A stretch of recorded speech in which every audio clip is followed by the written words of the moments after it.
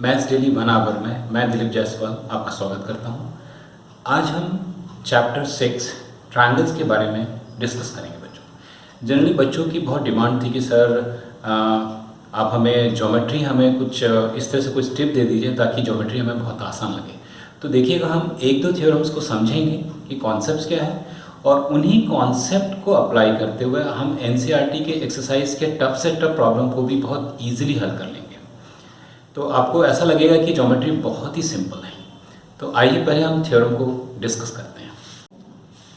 If a line is drawn parallel to one side of a triangle. अब अगर मैं बोलूँ आपको, आपके पास एक ट्रायंगल है ABC और किसी भी एक साइड के पैरेलल आपको एक लाइन ड्रॉ करनी। मान लीजिए मैंने BC के पैरेलल एक लाइन ड्रॉ की DE। तो अगर आप गिवन पॉइंट अगर देखेंगे तो गिवन हो जाएगा आपके पास कि DE पैरेलल टू BC। आगे देखते हैं, to intersect the other two sides into distinct points. तो डेफिनेटली ये दो जो अदर साइड्स होंगी कौन कौन सी होगी, AB और AC, और उसको D और E पे क्या कर रही है, इंटरसेक्ट कर रही है। आगे the other two sides are divided in the same ratio. तो आपको जो प्रूफ करना है, to prove AD by DB equals to AE by EC। ये बेसिकली हमें प्रूफ करना है बच्चों। तो बच्चों इसमें ये समझ में नहीं आता कि ये रेशियो हमें कैसे प्रूफ करना है। जरा थोड़ी देर के लिए आप सोचिए, अगर मैं इनको क्रॉस मल्टीप्लाई कर दूँ तो आपके पास क्या इक्वेशन बनेगी, AD इंटू EC और equals to DB into AE। अब जरा सोचिए कि अगर दो साइड का प्रोडक्ट किसी भी ट्रायंगल में मुझे तभी मिलता है जब ट्रायंगल कैसा होना चाहिए, राइट एंगल ट्रायंगल होना चाहिए। तो इसका मतलब है कि बेसिक कॉन्सेप्ट है कि अगर मुझे ये साइड को प्रोपोर्शनेट प्रूफ करना है तो मुझे दो साइड का प्रोडक्ट चाहिए। हालांकि ये बहुत इरेलेवेंट लग रहा मुझे कि AD में मैं क्या मल्टीप्लाई कर रहा हूँ EC। तो आपको समझ में नहीं आ रहा कि ट्रायंगल में AD को EC से मल्टीप्लाई करने का बेसिक लॉजिक क्या है। मैं आपको एक सिंपल सा कॉन्सेप्ट बता रहा हूँ यहाँ पे कि मुझे कैसे पता चलेगा कि इस कंडीशन को किस तरह से लेके आना है। तो मैंने जैसे बताया कि अगर दो साइड का प्रोडक्ट किसी ट्रायंगल में है, इसका मतलब है कि आपने पढ़ा होगा कि एक राइट ट्रायंगल होता है और अगर मैं राइट ट्रायंगल के एरिया की बात करूँ तो आप बोलेंगे हाफ बेस इंटू हाइट।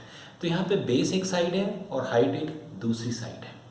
तो उसी तरह से अगर मुझे यहाँ पे दो साइड का प्रोडक्ट प्रूफ करना है तो मुझे यहाँ पे क्या करना पड़ेगा, ट्रायंगल को राइट ट्रायंगल ड्रॉ करना पड़ेगा। कंस्ट्रक्शन कि D से मैंने इस AC साइड पर एक परपेंडिकुलर ड्रॉ किया P और E से मैंने यहाँ पे इस AB साइड पर परपेंडिकुलर ड्रॉ किया Q।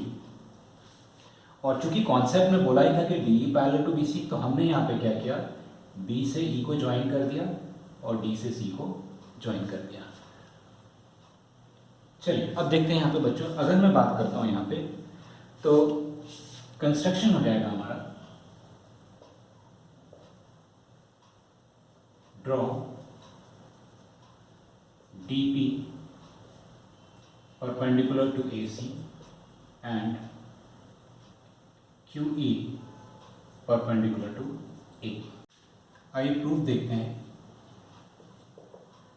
अगर मैं लेके चलूँ एरिया ऑफ ट्रायंगल ADE, अब देखेंगे ADE में EQ जो है वो परपेंडिकुलर है इस AB पर और AD पर, तो एरिया हो जाएगा हाफ बेस AD और हाइट हो जाएगी आपकी EQ।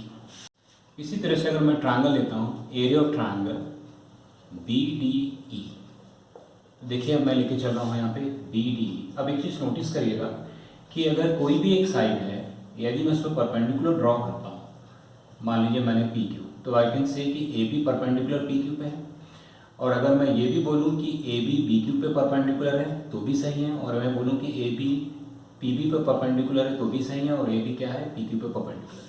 तो किसी कोई भी दो लाइंस के बीच में जो एक रिलेशन होगा, मान लीजिए दो लाइंस के बीच में अगर परपेंडिकुलर का रिलेशन है तो उसके जितने भी लाइंस के सेगमेंट्स होंगे वो सब प्रॉपर्टी सेम प्रॉपर्टी को फॉलो करेंगे। इसलिए यहाँ पे ये जो AB है इस पे जो ED है वो भी क्या होगा बच्चों, यहाँ पे परपेंडिकुलर होगा। तो अगर मैं इसका एरिया निकालूँ तो ये एरिया हो जाएगा हाफ बेस हो गया BD और इसकी हाइट क्या हो जाएगी EQ। और इन दोनों इक्वेशंस को अगर मैं डिवाइड कर दूँ, इक्वेशन 1 एंड इक्वेशन 2, तो area of triangle A D E upon area of triangle B D E equals to half A D into E Q upon half B D into E Q. और ये equation होगी मेरी बच्चों यहाँ पे third. इसी तरह से सेम रिलेशन मैंने यूज़ किया कि एरिया ऑफ ट्रायंगल अगर मैं लेके चलता हूँ बच्चों ए ई डी, जरा नोटिस करिएगा आप लोग, मैं लेके चल रहा हूँ यहाँ पे ए ई डी, मैं ए डी ई बोलूँ या ए ई डी बोलूँ, एरिया तो ट्रायंगल का सेम होगा। अब यहाँ पे अगर मैं अपने एरिया के फॉर्मूला को लगाता हूँ तो इस कंडीशन में हो जाएगा हाफ, बेस हो जाएगा ए और हाइट हो जाएगी यहाँ पे डी पी। इसी तरह से ये इक्वेशन मेरी हो जाएगी 4। और इसी तरह से मैं एरिया लेके चलता हूँ, एरिया ऑफ ट्रायंगल अगर सी ई डी लेके चलूँ तो ये हो जाएगा हाफ, इसकी बेस हो जाएगी सी और इस पर जो पूरी लाइन टू परपेंडिकुलर है डी पी, तो हो जाएगा half C E into D P. ये इक्वेशन होगी मेरी 5। अब अगर मैं 4 को 5 से डिवाइड कर दूँ तो area of triangle A E D upon area of triangle C E D equals to half A into D P upon half C into D P. तो देखिए इसमें, और ये इक्वेशन हो जाएगी मेरी 6। अब आप कुछ चीज़ नोटिस करिए कि area of triangle A D E क्या area of triangle A D के इक्वल है? अब बोलेंगे ट्रायंगल तो एक ही है। दूसरी चीज कि area of triangle B D E equals to area of triangle C D. अब यहाँ पे कॉन्सेप्ट होता है, क्योंकि आपने पहले ही बोला है कि डी जो है बी सी के पैरेलल है, तो आपने कॉन्सेप्ट पढ़ा था कि किसी भी दो पैरेलल लाइन के बीच में अगर मैं एक ट्रायंगल इस तरह से बना दूँ या मैं इस तरह से ट्रायंगल बनाऊँ तो same base between same parallels उनके एरियाज क्या होंगे? इक्वल होंगे। तो इसका कॉन्सेप्ट हो जाएगा बिटवीन सेम बेस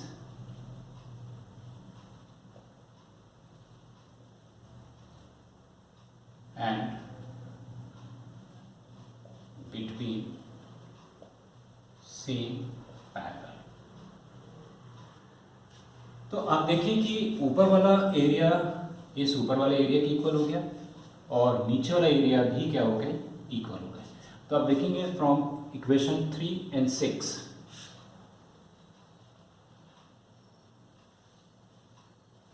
उनकी अगर लेफ्ट हैंड साइड इक्वल है तो राइट हैंड साइड भी क्या होंगे बच्चों? इक्वल होंगे। तो अगर मैं इनको इक्वेट कर दूँ, और दूसरी चीज़ जब आप सॉल्व कर रहे हैं तो देखिए यहाँ पे हाफ से हाफ कैंसिल कर दीजिए, ई क्यू से ई क्यू, और यहाँ भी हाफ से हाफ कैंसिल और डी पी से डी पी कैंसिल। तो आपके पास बचा क्या बच्चों लेफ्ट में? तो ये बचेगा A D by B D equals to A by C. और मुझे यही प्रूफ करना था कि A D by B D equals to A by A C. यही क्वेश्चन का कॉन्सेप्ट है बच्चों।